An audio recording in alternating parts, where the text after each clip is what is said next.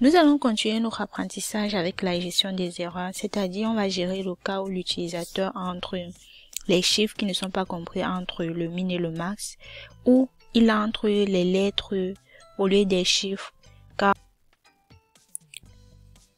la conversion ne va pas pouvoir être.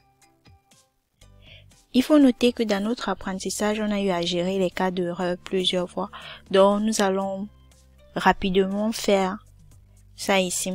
L'idéal serait de créer une nouvelle fonction qui va gérer les erreurs.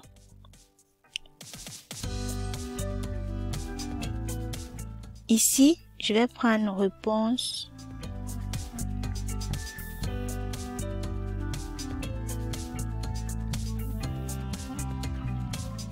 in égale demande réponse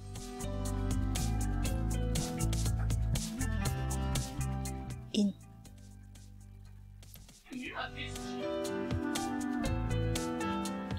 Qui va prendre comme paramètre 1 et len de choix. Je vais copier ceci. Et ici en haut, je vais faire notre fameuse fonction def demander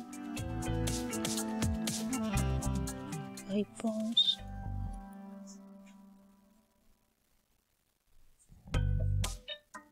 in. Et ici, ça va prendre comme paramètre le min et le max.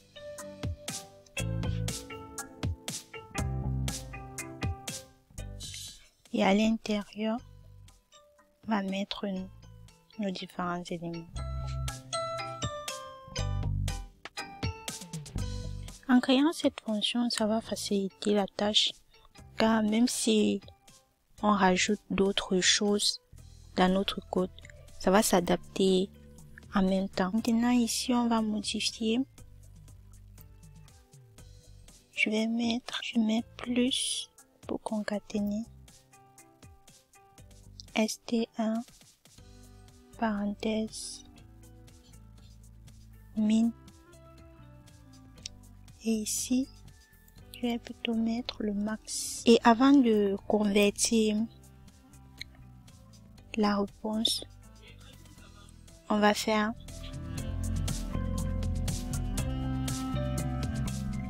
un taille pour vérifier si la conversion peut bien se passer ou pas. Et après on va faire si le min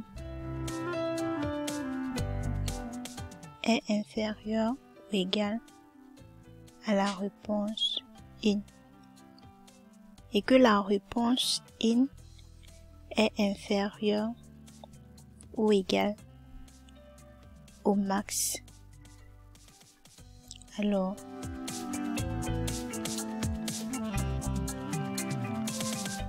on va retourner la réponse in.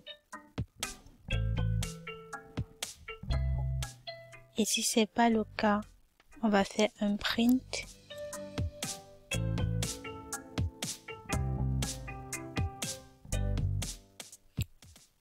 erreur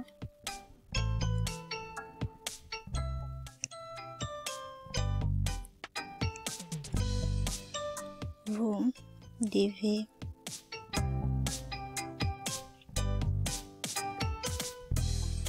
entrer un chiffre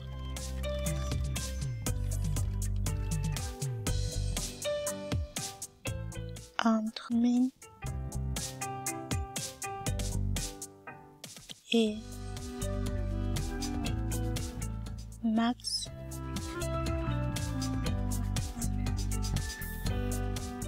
et on fait un except ou exception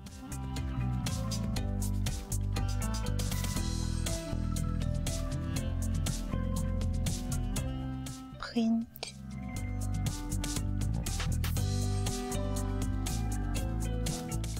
Erreur. Entrer uniquement des chiffres. Et maintenant, s'il entre les chiffres supérieurs au max ou inférieurs au min, ou encore il entre les lettres, la fonction sera obligée de se répéter. On va devoir répéter la fonction jusqu'à ce que l'utilisateur entre la bonne réponse. Là, on va faire une fonction récursive. À la fin de la fonction, on va retourner la fonction avec le min et le max. Je lance mon code et ici, je vais mettre A, B, C. C'est entrer dans le cas de figure où on entre les lettres. On dit veuillez entrer uniquement les chiffres. Du coup, j'entre 50. On me dit veuillez entrer les chiffres compris entre 1 et 100. Donc tout fonctionne. Si j'entre 3, on me dit bonne réponse. Et si j'entre rond, c'est-à-dire 1, bonne réponse. À la fin, j'ai 2 points.